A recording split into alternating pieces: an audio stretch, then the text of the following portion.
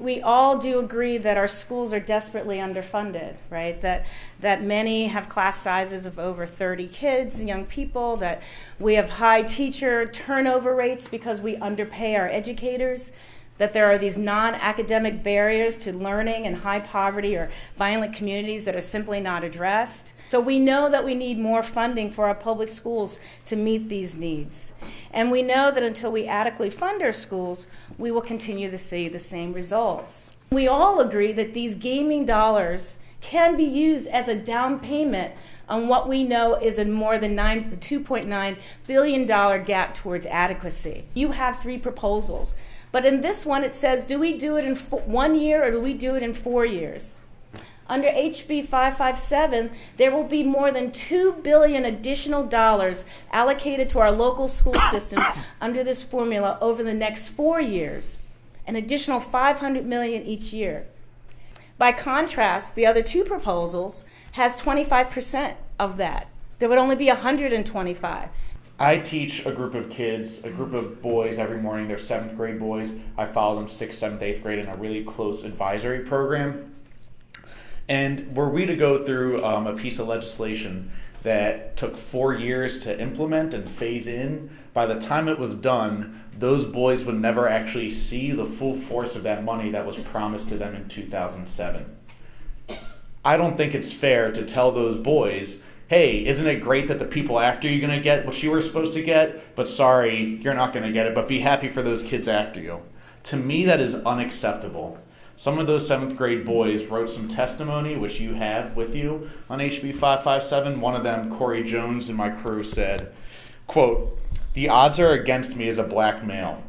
We're not expected to be anything or graduate high school. I don't want to have no job and be on the corner. Corey and students like him across Maryland don't have time for a 4-year phase-in.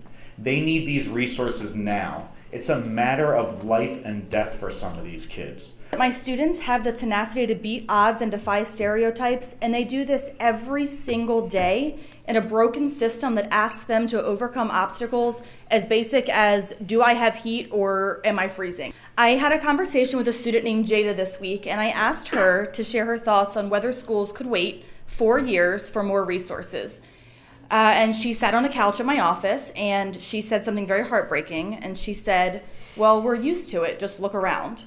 And I think what Jada is referring to is the lack of resources, a struggling infrastructure, and just this general idea that schools can continue to do more with less because we as educators are committed to doing whatever it takes to make a difference for those students.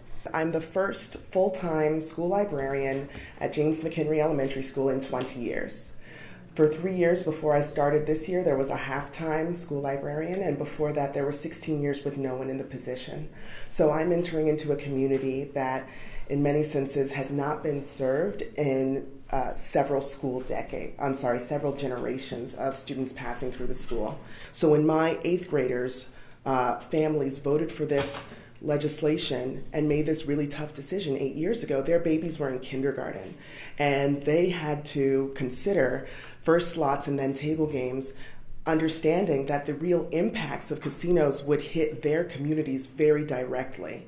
Their children are now in the 8th grade, and a 4-year phase-in would mean that those parents who weighed this decision, knowing that it would have real consequences for their community and for their children will pass through the public school system an entire 12 years without getting the full benefit of that funding. That's a generation of students, and we don't get a second chance at any day with our student, let alone an entire generation of public school children.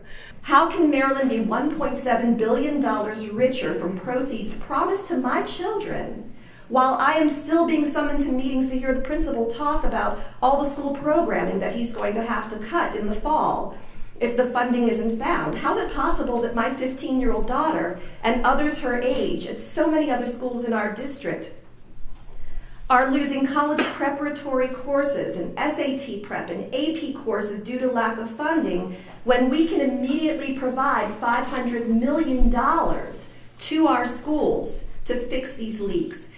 The idea that Maggie, my high school age daughter, with her GPA of 4.0, may lack the advanced courses and SAT prep needed to help her gain a spot in a top college is appalling to me. And will that spot go to a kid from a private school who may lack her work ethic and her raw talent and her drive simply because that kid's parents can afford tuition at a school that has the resources to provide what he needs in order to meet his potential instead of just being afforded the bare minimum needed to reach low scholastic bars? I feel that the state is damning my daughter to a future of mediocrity. Every day and every week, our children receive less than they are due. They are falling behind. We don't have time to sit on our hands and wait for funding to come through 3 and 4 years. HB 557 offers immediate help instead of waiting until the future.